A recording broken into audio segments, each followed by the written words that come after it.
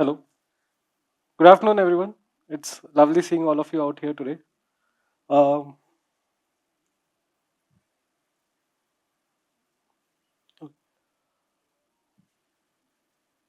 can we have the slides? I'll be speaking about our experience building Arogya Arohan, which is an app for screening oral cancer in India. So, India is the cancer capital of the world, and oral cancer is one of the largest contributors to our cancer workload. Every year, about 1,40,000 new cases are registered, and it causes death in 80,000 patients. And the worst part about all of this is if these patients were screened early, our health system can provide them with good quality of life for many years to come.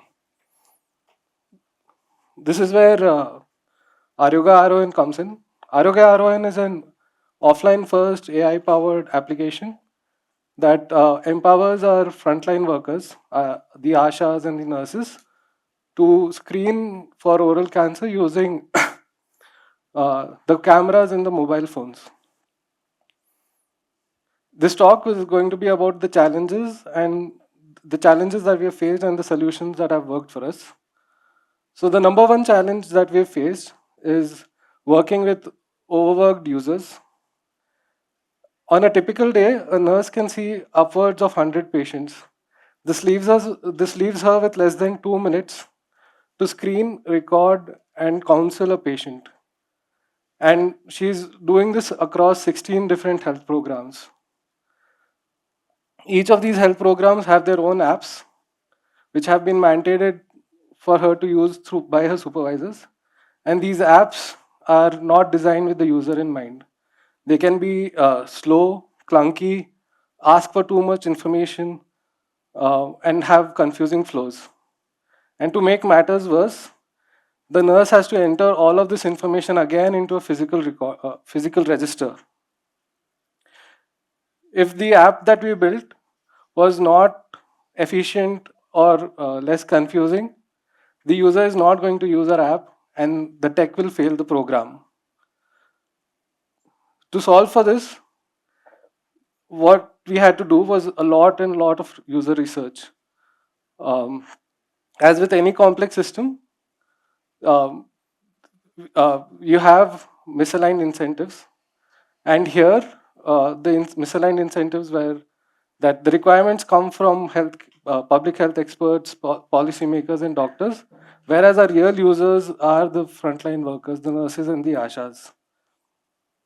To understand this, our tech teams and the product teams, we travel to the field and understand the entire workday of a user, not just how they interact with our app, but how they interact with all the other apps, what their day to day looks like, what is the kind of influence they have in their communities. And we had to understand this so that we can build an app for the user. And our goal has been to build an app that can quickly get out of the way of the user. To do this, we had to make sure that we are measuring and optimizing for the right things, not just API latencies or rendering times. They are important, but for us, what we focus to measure things like what is the end-to-end time that a nurse takes to screen and counsel the patient. And this is important because you cannot optimize what you don't measure. The second challenge has been working in poor network connectivity areas. Our typical frontline workers are working in rural fields. Network is patchy, connections are slow, and um, like the user does not have any patience for dealing with the server downtime. We had to make sure that the app works every single time, and our benchmarks have been WhatsApp and paper because that's what our users are most comfortable with. And to achieve this, we had to make sure that our app works offline first. And that has been one of the core architectural principles in building our application. Uh, with this, we unlock two things. One, since we don't have to rely on the network, like we don't have to worry about like network not being available all the time. And the second thing is because we've removed all blocking API calls from the core path of the application, uh, we are never like blocking the user, and we get out of the way of the user as quickly as possible. Oh, sorry. The third problem has been working in an overloaded system. So a public health system anywhere in the world is stretched thin in all directions in terms of money, money, equipment, medicines, and expertise, and especially in terms of expertise. You can't have like doctors traveling to every field and screening the patients. So we had to design the application that accounts for this. To solve for this, first we tried a telespecialist model, but that made things worse because now the user has to both screen the patient and then follow up with the patient later. So instead of like reducing their workload, we ended up doubling it. So to solve for that problem, we decided to build a custom AI model that sits on the device and works offline. With this model, the nurse can basically take images of the oral cavity of a patient and immediately know whether the patient is suspicious or non-suspicious and counsel them then and there. And in fact, because the app shows the flagged images, the nurses use this as a tool, as an effective form of counseling to improve the rates of patients going and getting biopsies afterwards.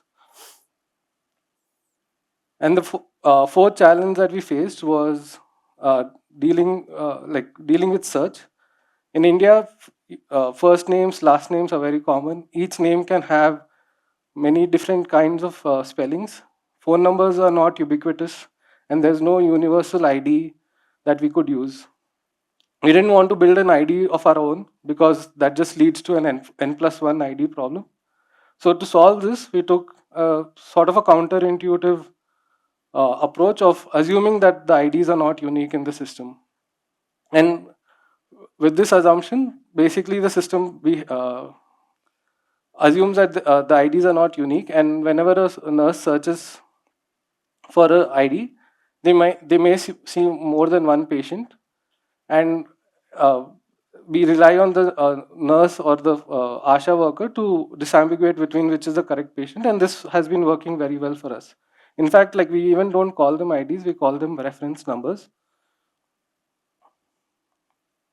Uh, okay. Finally, I would like to get to what opportunities do we have as tech and product teams in this system. When you're working in the public health system, you're interacting and collaborating with policymakers, public health experts, doctors, nurses, and ASHAs. And as I said earlier, in a complex system, you have lots of misaligned problems. Um, this is where there's an opportunity for tech and product teams to come and act as a bridge and solve these problems in a unique way, unique and novel way. Um, uh,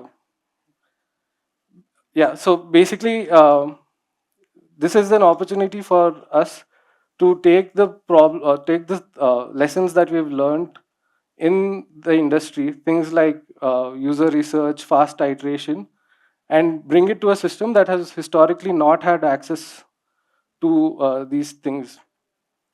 This it's not just about building software for like a public good or to have an impact, but it is also about tech advocacy and bringing uh, the lessons that we have learned into the system. I would like to end with tech is not the most important part of a public health system. It's the ashas, the nurses, and the doctors. But if the tech doesn't work, then we don't enable our users to scale the good that they can do. If you want to get started, this is like a list of resources you can look at. And if you want more information, we can discuss after this talk. Um, yeah. Finally, three main takeaways I would say from this talk are know your users, uh, assume that there won't be any network connectivity, and ensure that you're measuring what is the most important thing. I think that's it from me. Thank you all for your time.